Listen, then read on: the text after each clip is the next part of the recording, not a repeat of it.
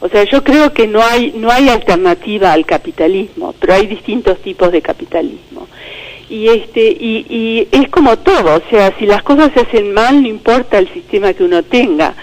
En el caso de Grecia, por ejemplo, se le compara mucho con Argentina, pero la situación de Grecia es terriblemente más difícil que lo que fue Argentina en el 2001.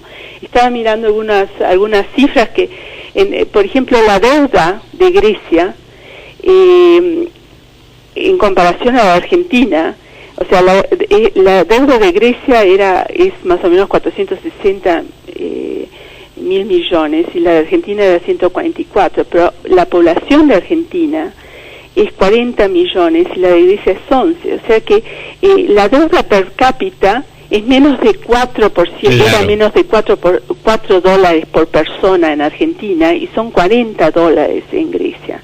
En términos del PIB, la deuda de Grecia es 3 veces lo que era lo de la Argentina.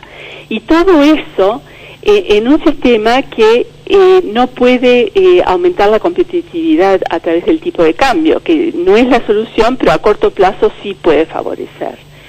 Entonces, la situación de Grecia es como imposible, por más que esté dentro del sistema europeo, de la Unión Europea, y que tenga todo el apoyo de la Unión Europea. Para mí, los programas del fondo a un país totalmente endeudado, aumentar la deuda en esa cantidad, o sea, el primer rescate fue de 110 mil millones, y el segundo va a ser equivalente. Yo creo que es darle alcohol al borracho, ¿no? Claro, es decir, agravar la situación. Aquí Andrea me pregunta, por ejemplo, en qué aspectos prácticos de la vida de los ciudadanos tendría una quiebra en los Estados Unidos.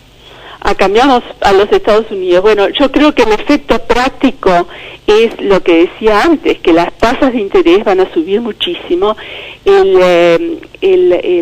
hogares en Estados Unidos están terriblemente endeudados, en parte porque muchos tienen hipotecas y en parte por grandes créditos al consumo, y todos esos intereses van a subir. Digamos, el tema de las hipotecas en Estados Unidos es todavía muy débil. O sea, hay mucha gente que está ahí en el borde de si le conviene seguir pagando las hipotecas o le conviene abandonar las casas. Hay muchos que están en ese límite, digamos, y esto obviamente va a cambiar. O sea, si suben las tasas de interés, mucha de la gente le va a convenir abandonar sus casas en vez de seguir pagando seguir pagando intereses por casas que no lo valen. Claro. Así que el impacto a nivel hogar va a ser tremendo, y también a nivel de firmas, ¿no? Pero a nivel de hogar va a ser muy alto. Sí, y el desempleo con gran peligro de aumentar. No, sin duda. ¿Alguna vez se pensó que Estados Unidos podía llegar a una situación tan límite? Bueno, en la época de Clinton hubo un problema parecido, pero no igual. O sea, de la forma que funciona Estados Unidos es que el Congreso primero aprueba el gasto, pero luego le tiene que autorizar al gobierno a endeudarse. Sí. Y acá el problema es en esa autorización. Acá lo que el Congreso ahora tiene que hacer es extender el límite de deuda para que el gobierno pueda pedir prestado para pagar su gasto, ¿no? Claro. Lo que pasó en la época de Clinton fue un poco diferente, porque fue el Congreso que no aprobó el presupuesto. Uh-huh. O sea que ahí también se vivieron momentos difíciles de si el gobierno iba a poder seguir, digamos, asumiendo sus responsabilidades o no. Graciana, y con respecto a todo esto, ¿cuáles son los sectores que están más comprometidos? Aquellos sectores que están, digamos, en el plafón más bajo económico de la sociedad, o aquellos que están en el término medio? Porque generalmente la Yo creo que en el término medio, porque son los que están más endeudados. Claro. Allí está entonces ubicado el sector que seguramente va a sufrir más las consecuencias de un episodio de esta naturaleza si se llegase a dar. El mundo tiene que mirar a Estados Unidos con mucha atención, ¿verdad? Puede cambiar los planes de muchas de nuestras naciones en caso que suceda algo de esta naturaleza. ¿Qué pasaría con Obama si esto ocurre? Bueno, yo no sé, yo creo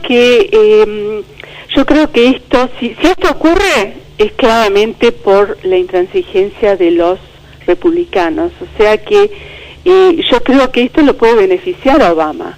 En cierta forma, toda esta gente nueva que entró en el Congreso, el Tea Party y demás, son los talibanes. Sí.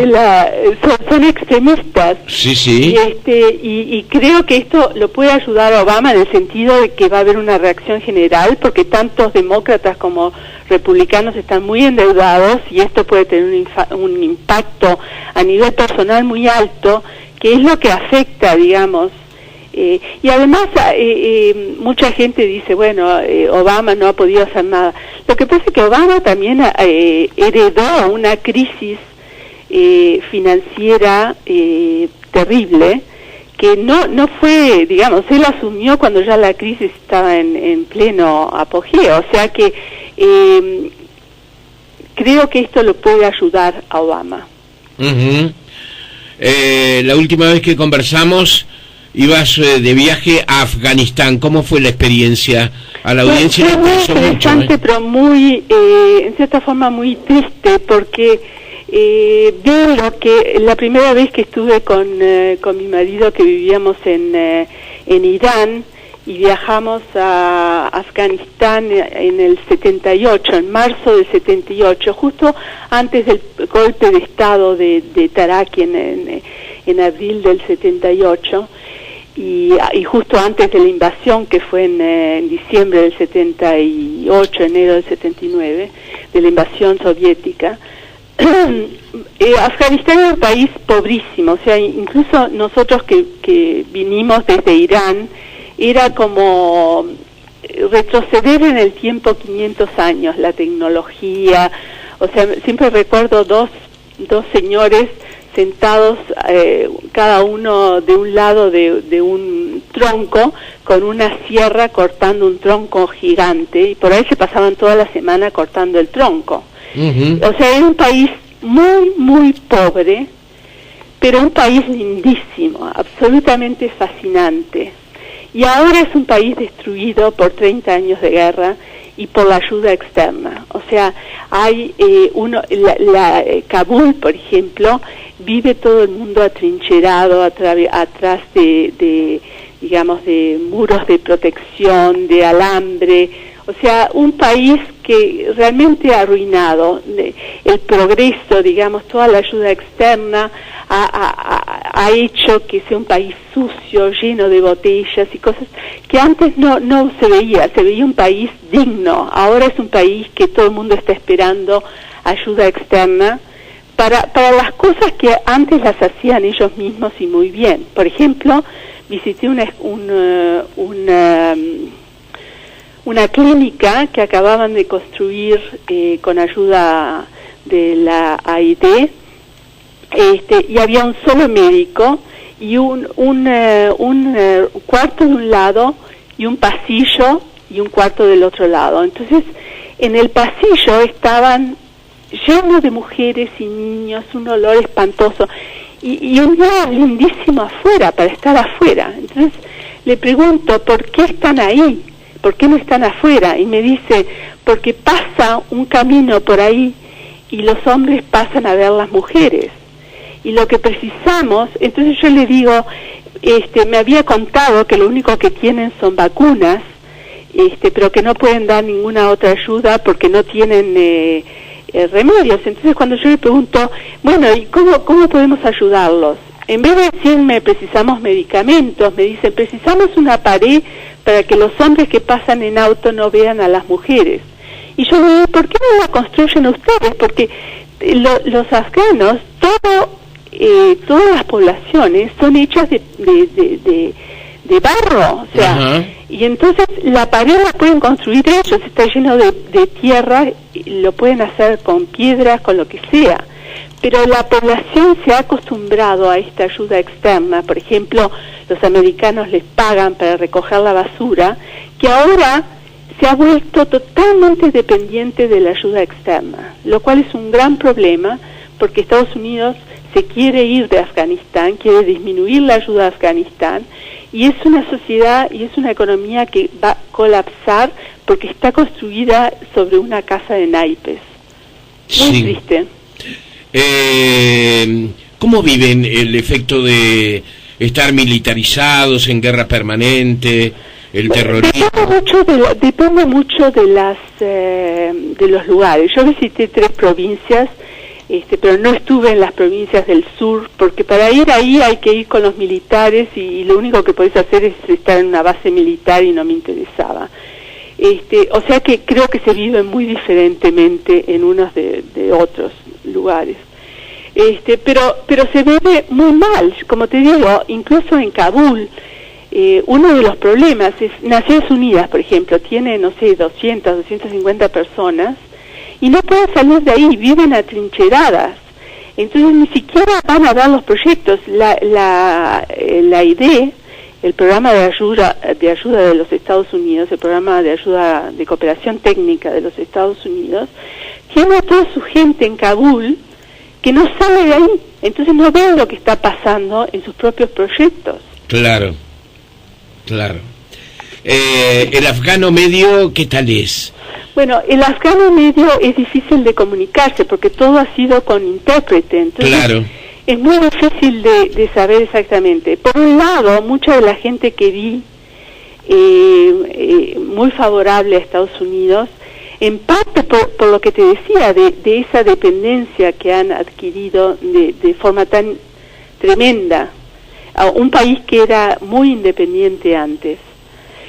Por otro lado, es muy interesante hablar con la gente de Estados Unidos, porque la gente de Estados Unidos, incluso amigos nuestros que son gente informada, dicen, no, nos tenemos que ir de Afganistán, nos tenemos que dejar de construir puentes en Afganistán y construirlos en Estados Unidos.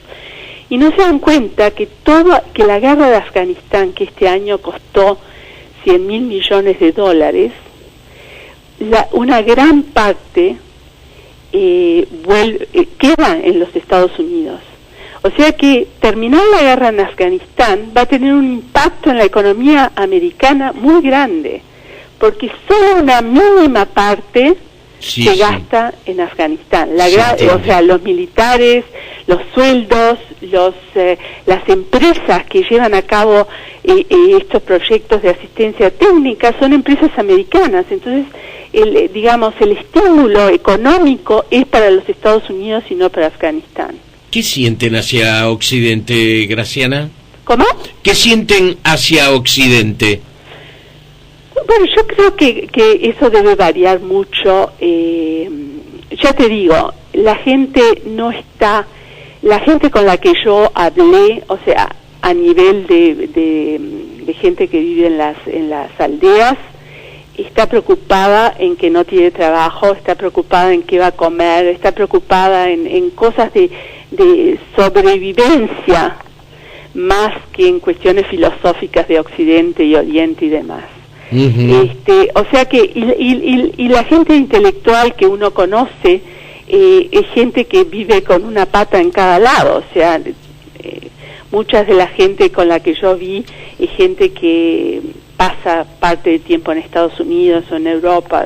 O sea que creo que hay una gran brecha entre la gente educada y la gente no educada. Pero el tema de la gente, digamos, de la gran mayoría de la población es un tema de sobrevivencia.